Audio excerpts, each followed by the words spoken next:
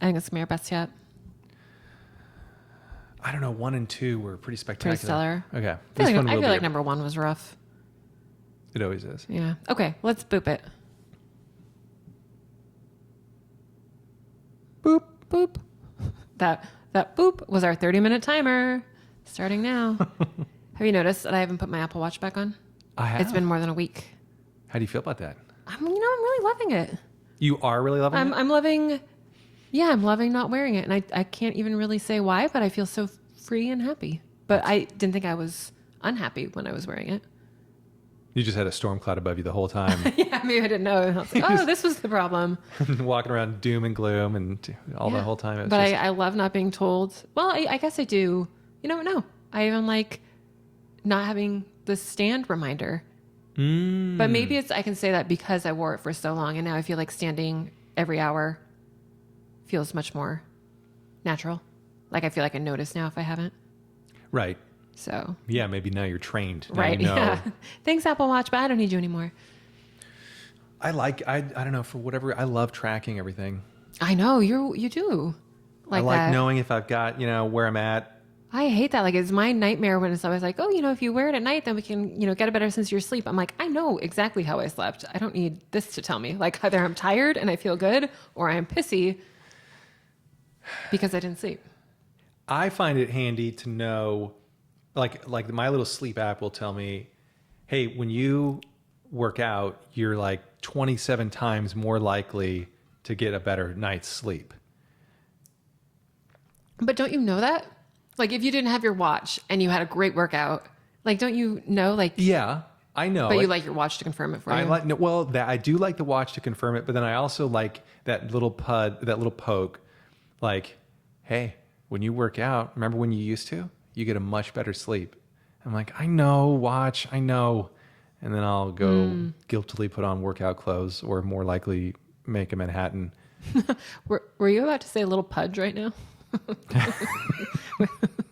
A little poke, little pudge. Yeah. Maybe that's like your subliminal. See, you don't need the watch. Your subliminal consciousness, like, hey, go to the gym, pudge. Oh. Or unless you were talking to me because I'm not wearing my watch, I'm not working out as much. Hey, put on your watch, pudge. Okay. No, it probably was for me because I do feel like it's been a week and a half, I think, and I feel like it, or 2 weeks, and I notice it. Mm-hmm. Not sleeping as well because your watch tells you? Yeah. Okay. Yeah. All right. That's fair. Yeah. Well, I'm still enjoying this free life without it. Oh, no. I'm not. There's not even a one better than the other thing because we all know which one is. Okay. Question. It's your turn to pick one. Oh, my turn. Okay. Yeah. Pick a good one. I am. I'm going to pick. Oop. Hold on. Okay. Jesus. Okay. Oh, it's one of yours. Yay. Do digital tools help or hinder you in your creative process? Would your art change if you went analog? Analog. Analog. Not sure it came out that way. I think I was. Did I spell it wrong? No. Okay. I was. I think I was going to go for some sort of like anal joke, but then by the time I got to the word, the joke wasn't there yet. And so it just came out very weird. Actually, yeah, that's exactly what happened. So I feel like I want to clarify something here. Okay. Why don't you reread the question less strangely? Okay. We'll do this one more time. Do you want me to read it? Now the pressure is on. Now I'm like listening for every Okay, I won't look at you. It's not helping. Maybe I'll take off my Apple Watch. Do digital tools help or hinder you in your creative process? Would your art change if you went analog? That was perfect reading. That was pretty Nailed good, right? it. Okay. And also, I feel like I want to clarify something, and I actually meant to do this with our first one. Okay. A lot of the questions that I submitted. Yeah. So if you haven't listened to our other one, the way that we're doing this is we're each submitting a bunch of questions, and we pick at random, and we don't know each other's questions. But I use the word art a lot in mine. Yeah. And for the listeners, when I say art, I'm not talking about just how a lot of us think of art, where it's like the fine art of like a painting or a drawing, or even music. Like art could be anything. So for Anthony, that's his comedy. For me, that is novels. Like novels are art. A comedic act is art. For bloggers, like your blog's an art. Anyone that's creating content an Instagram influencer, that's all art. So think about art in the broadest sense. I know that you know this, Anthony, but for the folks at home. The uneducated masses. The uneducated. Well, no, but I mean, I really do. I use this word a lot. This is a little tangent. But I actually try to think of myself consciously as an artist because I think that's what we are. And a lot of times we don't give ourselves sort of that label or that like dignity. Because there's something so romantic about an artist. Like I always picture someone with like an easel or like a sketchbook. Like it very is that like tangible art, but art can be. Let's go on that tangent for a second because let's go with it. I actually have I actually have thoughts and feelings and emotions. Your heart and your brain wants to weigh in. And my body. Okay. Does your Apple Watch confirm that? Nope. It just buzzes every time I have a bodily erection. Okay, let's keep going. Let's leave the body out of it. And you said you have thoughts and feelings, so let's stay with those. Okay. All right. But I don't. I do want to feel like an artist, and then I also don't want to feel like an artist sometimes. Ooh, twist. I don't want to feel like an artist when I'm first creating, like when I'm getting a joke out, because I want to feel like a human having a thought, and a thought that's all I want. I want it to be that simple, because I feel like romanticizing myself as an artist puts a little bit of pressure on that joke to be amazing from day one. And it's what I imagine like having a kid is like. It's like, all right, well, you don't know if this one's going to turn out great, but you do your best and you start with the kid that you have. And if this one doesn't, then you just have another one.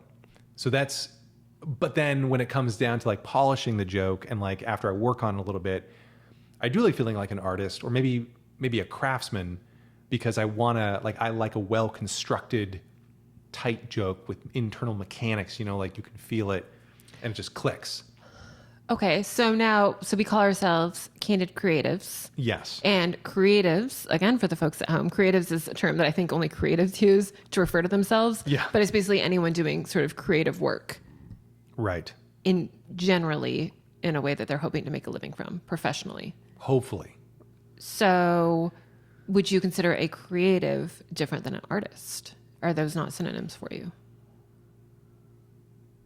He's thinking. I am thinking. I can't stand up. It's that body. Oh God. It's the body the watch again. Wow. I don't know. I like the term artist. The word creative to me, and I know it's in the title of this podcast, the word creative to me feels a little bit more like a more general. I don't know. You're going to probably ask me like, well, what's a creative versus an artist? And I don't know, can you Venn diagram them? I guess they're the same thing. The word artist just has slightly more romantic connotations to it about, I picture like Hemingway or Rembrandt. Those people are artists. Or, yeah. So do you think I wouldn't call them creatives, even though really they were, then they yeah okay. But like creative is a more modern term, I think, and artist does feel slightly old fashioned, but that's why I like it. I do too. It feels like it's a reminder of anyone that's sort of brave enough to put their art out there. Right. Is an artist. Yes. And actually, I don't think you have to put your work out there to be an artist, I suppose. You can be an artist. Well, that's actually another question, so I'm going to skip it because I already know that it's coming. All right. So you don't like thinking of yourself as an artist? But No. Do you consider yourself an artist? Yes. Okay. But I also don't want to. When I'm doing my thing, you like to separate yourself from that label. Sometimes. Okay. Because I don't want to feel like there's any romance about this job whatsoever. I just want it to be a guy writing a joke and then a guy telling that joke to somebody else. Even though I know it's an art. Right. You got to trick your brain, whatever your brain needs. Right. Because that takes the pressure off. It decouples it from any romanticization. Yeah. Romanticization? No. No. Romanticization? No. What? Romanticize. I don't want to romanticize. There we go. But then what's the noun of that anyway? Romance? I don't want to. Oh boy. But there's the noun form of the romancing, of the romanticizing. Romanticize it. Yeah, you had it right. I did have it right? Yeah. Okay. I don't want to romanticize it. No, but it was romanticization. Oh, That I part. see. Is that a word? Romanticize. That feels a little. It feels like too many syllables for Okay. sure. But I want to yeah, I don't want to feel. Anyway, I'm repeating myself here, Okay. even though it is. Let's go to the question. Okay. Yeah, so digital tools help or hinder your creative process? I actually remember when I wrote this question, or when I thought of it and when I added it to our pool, and it was when you had just posted or filmed your YouTube video on Notion. on Notion, and it was how Notion is a crucial part of your process. Yes. And then I started thinking, I wonder how things would change for him. This isn't like a recommendation. This was like a theoretical, hypothetical question. Mm-hmm. But I was wondering how your process might change, or the like art itself, the jokes itself. Oh yeah. If you didn't have Notion. I don't know. I can't measure. Haven't measured this. Some of my jokes have been digital. Some of them started out digitally. Some of them started out analogly. Oh no. Oh no. We're having trouble with adverbs and nouns here. But yeah, I do have thoughts. So the digital tools, I think, well, you asked the question, would the material change? Yeah. And I don't know. I think I want to say yes, but I don't have any evidence to back that up. But I say that because I love the speed and agility of the digital writing. Meaning I can crank something out real quick. Nope, that wasn't the right word. I can turn something out real quick. Oh, nope, I can edit it. You know what I mean? Like you can switch around pretty quick. That's also the downside of digital, is that it's, for me, more difficult to get to done for that line or that joke because it's always in flux, because I can always change it right then and there. But with pen and paper, I'm going to write the whole sentence, and then it's like, I'll think about it, and I'm like, oh, maybe that wasn't the right word there. Let me go back. And then also the process of writing takes just a little bit longer, and I think just long enough to force me to kind of think on the fly. It's not like thinking analytically at that point. It's still creatively, but it still slows me down enough that it's almost like my brain and hand my brain can work just a little bit farther ahead of my hand, and I get a better product, I think. Mm-hmm. Mm-hmm. Now, whether it's a more creative product, like if we're going to borrow from the idea that because it's a tactile thing, maybe I'm able to think more creatively or more, I don't know, whatever the words are. Obviously, this is a digital form, I don't know. Well, I wonder, and I don't have the actual study right here, but I'm pretty sure I've read it a couple times, so it must be true. But like, haven't they done studies that show, I think it's mostly like with like college students, but like in general, you retain something better if you write it by hand than if you type it. I wonder, so like if we know that the brain retains information better when we have that pen paper connection, like I wonder if that also, if there is also then a part of the brain that connects differently if we're creating with a pen as opposed to typing, like pen to paper. Probably. And then is that just a matter, to your point too, because I feel the same way with writing. Obviously I can type like 100 words per minute, but my handwriting is very neat. So that goes very slow. Like there's no comparison. It would take me, I can't even imagine how long it would take me to write a book by hand. But maybe would be an interesting experiment. But then is it just the nature of, like, is there some sort of brain thing that happens when you're writing it out? Like it's a different part of your brain, or is it because your brain is forced to slow down so that your hand can keep up? Now we're talking about brain function. We're all over the place. Yeah. So those are both great questions. I don't know the answer to that, but I can feel at least one of them at work. I can feel the slow down part at work when I'm writing out a joke, and because it's when you type, you can crank it out so quickly, but it may not be great. It may not, I don't think it's very often that that the first thought is the funniest thought or the best thought or the best word or whatever.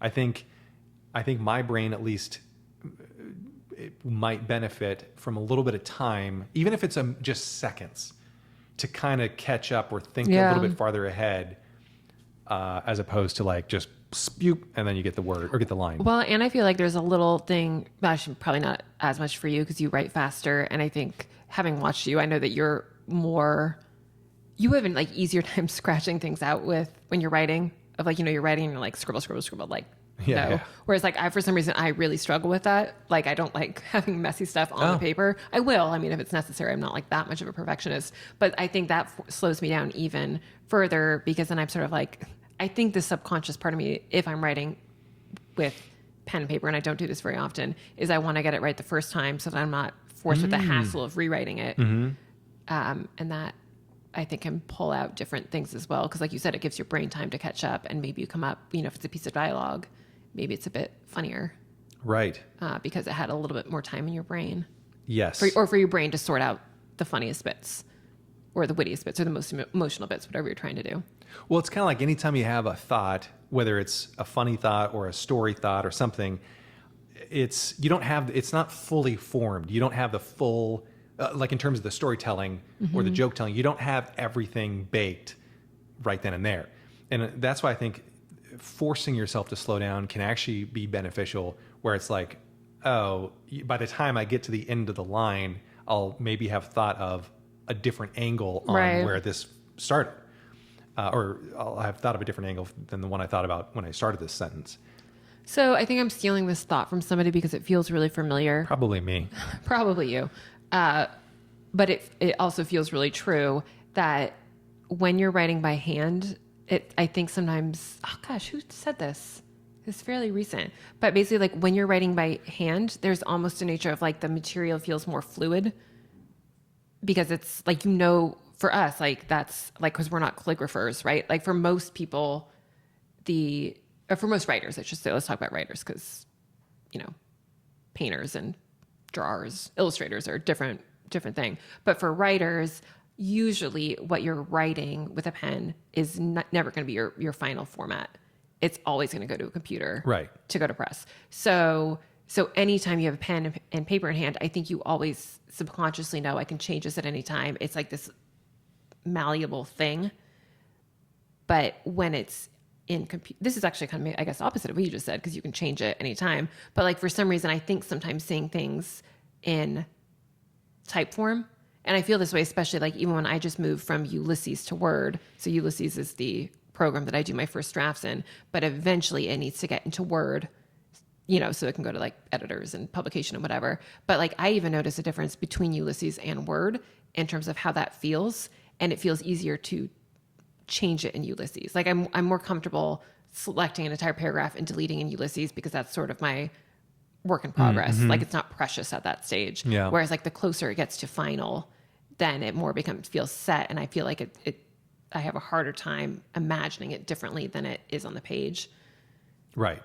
But writing feels different. But then now I'm really warming up to this topic.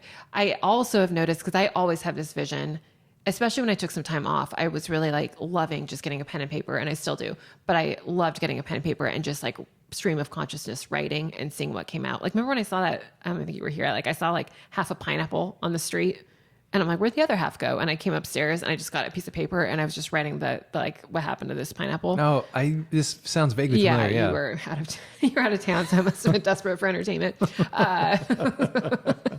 But it was so fun, and I don't even know, it's in one of my notebooks, but like that is something I don't know that I ever would have like pulled out the computer and I'm like, let's write about a pineapple. Oh yeah. It just felt completely different. But as much as I loved that, and I thought, I'm like, oh, I should do more of this. And as we're talking about this, I'm totally thinking I should do more of it. But one, the computer's easier. It's easier and it's faster. And I also think, especially for your stuff, like your jokes, there's sometimes when digital is going to be better for certain tasks. Like if you were to keep every time you wanted to recategorize your joke into a new set and you had them say on like index cards, you would either have to rewrite it and it can't live two places at one time. Right. I get very anal about like having a master of record, and then like I don't want want to change things in some other record and not have that change reflected in the master. But then, so I said that, now I'm going to twist. Like, I wonder with that specifically, because the nature of your art has more digital organization than mine does. Mine's more or less, I have some things like in my design stuff that absolutely I have Notion for, but in general for writing, mine's a little bit more straightforward. So for yours though, like I wonder what new things or what new connections or new material would come out if you didn't have all that like set structure. Oh. Like if everything was just like on a piece of paper. Yeah. And you were like rummaging around. Oh, I like doing that at some point. And actually this is a trick I picked up from Ross Bennett, where he keeps or at least kept all of his jokes on note cards, not necessarily all the words, but at least just the bit names. And then when he was putting together a set, whether it be for a cruise ship or whatever, he would lay out all of his material and figure out the order, but with those physical cards. But the trick that I picked up was, and I've used this before and it's generated new material, is if you just pick up two random cards, put them next to each other in your act so that this bit follows this other one. But you got to figure out how to get from A to B in a smooth segue. That can then become the genesis point for new material. And I've done that before, and it's actually an incredible feeling because you'll take two things that never would go together, but you force them together, and then all of a sudden you get a new idea out of it. So yeah, no, I actually think it's much easier to be creative in like the net new or genesis. Like, I don't know how to say it, but like it's easier to create something from nothing using analog than it is digital. I think also, so I've heard the argument, and I think I've actually taken this argument, that one of the benefits of digital, whether it's a Notion or your Notes app, is that like it's easy to find everything because you just have to search for it. Yeah. Whereas like if it lives on paper, like in theory, like that paper, if paper doesn't cross your path again, then it's lost in theory. I mean, the paper may exist, but like if it's at the bottom of a stack somewhere, then it's gone. But I think there's something sort of interesting, and maybe this, like we're going to get a little woo-woo whimsical here. When it's on paper, and I use notebooks a lot more than you do. You tend to be more like freeform papers. Yeah, looking at all the garbage around. Yeah, to say the least. But one thing I really like about the notebook, and yours I think would be the same in a different sort of medium. But sometimes I am looking for something specific. So yes, I do have to go flip back. I'm like, where did I write that again? Like, like which notebook or like what page is it on? I try to keep it in one notebook, but you have to flip through and figure out, where did I write that idea? I know I had a good idea. I know it was like roughly this time period. So you're flipping and you're reading, and like you're actually having to touch all of those pages. And then you're also having to like reabsorb all that information. And so you find things that you wouldn't necessarily have sought out, where with a computer, you're very rare. Like, let's just go like peruse all of my notes. Like you could do that. Like it could happen. Right, but it's not the same. Right, it's not the same. It's almost like browsing in a bookstore, to get back to one of our previous topics. It's almost like browsing in a bookstore and finding something that you weren't intending to come across. And the magic. It's magic, yeah. It is magic. It's fate or chance, whatever you want to call it, but you might touch something you never thought, or you get an idea like, what the heck is this book? Yeah. I didn't know. I mean, yeah, and I get the same feeling from fumbling through material on note cards. I still have a stash. It's a little outdated now, but I still have my material on note cards. And well, like when I went on the cruise ships, this was the downside of going digital. This was when digital was a complete hindrance to me. And my job was when I did not have internet connectivity, and I had my set lists planned out in Notion, but I had no internet. And the worst part about Notion, if you're listening, you need an offline format. Notion, come on, man. But yeah, that was when I freaked out for a second, because I'm like, I spent all this time planning out my set list because I'd have 3 different shows and I had to make sure I wasn't repeating material. Anyway, thankfully, at least the page that had the full list, not all the material page, all the individual joke cards in Notion, but like the page that listed them, that was eventually cached. Like it took a while to come up. It took a while to come up. Explain cached. I'm just kidding. Not everybody knows that term. Oh, so at least as it pertains to Notion, the order of all those note cards, or that view of all my material, all my bits, it tried to access internet to find it. It couldn't, and then eventually it retrieved it from cache, which was just a local, It's like the saved files. the saved version of it. Yeah. Yeah. So I couldn't go in and tweak individual bits, which is fine. But You could at least reference it. Yeah, and then from that's when I actually wrote it down in Apple Notes, just so I had at least the view of the bits, and then I wrote them down on note cards as well, because I needed to have just when I was planning out, the night before the show. But yeah, and actually in that process, it's so much fun because that's when I did the Ross Bennett trick of like putting two things together and end up with something new. You know what this conversation is reminding me of? And I can't remember when it's like at least 10 years, but remember when we both had that, I think we still have it, but it was the first time we had that like sudden fascination with having an Indiana Jones notebook is what we called it. I think that was like maybe even like 20 years ago. Cause I think I remember being in Issaquah, living in Issaquah. Yeah. And I think that was like one of the first times we did annual planning. And I think we each had like fill up an Indiana Jones notebook. Like that's just shorthand for having like a sexy little notebook that you carry with you at all times that has all the things. But yeah, we both, I think we've had this fascination for a while, and I almost think it's kind of a bummer that we haven't really leaned into it. Well, I at least have one. I know, but you've had that for like, 3 years. That's it. Are you sure? Yeah, because my first entry was we were in Paris or whatever. Yeah. Yeah. All right. The brown one with the strap. Yeah. It would be fun to like fill a whole notebook. I know that I have before, but like it's been a while. Yeah. That sense of completion. And just put all of the things in: writing, jokes, thoughts, ideas, to-do lists. Kind of like a bullet journal, because we both dabbled with that. Right.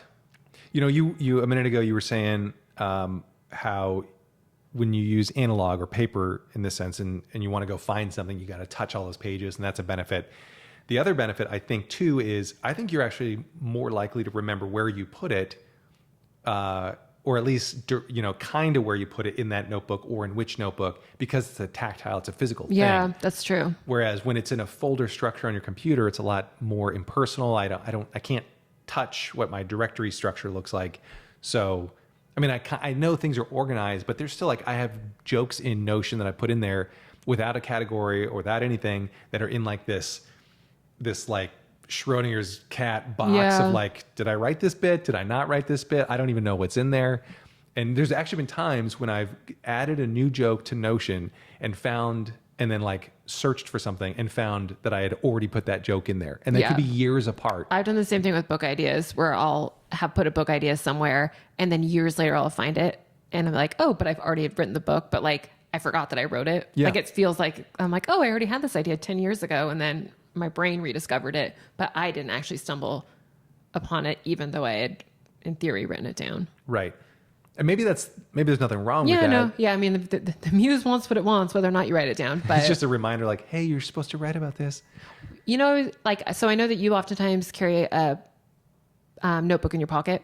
Yes. And I've been trying to carry one in my purse a little bit more often. And I feel like we should like commit to that. Because the same way sometimes when we like go out to lunch or go out to happy hour, we tend to be pretty good. We like to not be those people that are on our phones. So unless like we're really determined to like, look up a particular actor whose name we can't remember, like in general. Yeah. But like sometimes we do, because we're like, oh, as we're having conversations like these, one of us will have an idea like, oh, I want to write that down. Yeah. But we'll pull out our phones and put it into that format. Right. And I wonder if we shouldn't. I think we should just stick with the notebooks. Let's be Indiana Jones. You're going to love this. Okay. Because we're going to come full circle, and with 1 minute to go. Yes. It's a lot easier, I find, to carry a notebook and not carry our phones when I have my Apple Watch. Oh God. That's cheating though, because that's digital. It is, but I'm not going to write a note in my, I do when I'm walking the dog and I don't have my notebook with me. I'll say, hey, Rero, remind me to write about something in 2 hours. Because you can't put a new note. I have to ask her to remind me. Anyway, but I don't think we're going to do that out at a bar when we're having a drink. But we will take out our notes, I think, our notebooks to write a note down. So I think this is the crutch. The Apple Watch is the crutch I need to not carry a phone around with me. Oh, you see I follow. To not even bring your phone. Yeah. Exactly. Yeah, I can see that. Because then it's like, if somebody needs to get a hold of me and it's like super important, if it's one of our agents basically, then it's like, then I can get that. But All right. Or I guess our moms, if they're listening. You too, moms. I'll buy Anyway, that. So full circle. Okay, so 20 seconds left, 19 Yeah. seconds. In one sentence or as quickly as possible, do digital tools help or hinder you in your creative process? I'm going to say both asterisk. Okay. And what's the asterisk? That it helps in times, but it also hinders in times. Okay. And no, pick one. I'm going to say... That was our timer. I'm going to say hinder. I'm going to say hinder as well. And then second part of my question, because I cheated and stuffed in two here. Would your art change if you went analog? You can just say yes or no. I think. Yes. Yes. Okay, I say yes too. Okay. That was a good one. All right. I have more to say on that, but we'll I do wrap too. it and maybe we'll revisit some other day. That sounds good. Okay. All right. Thanks everyone for listening. Adios. Bye. Bye.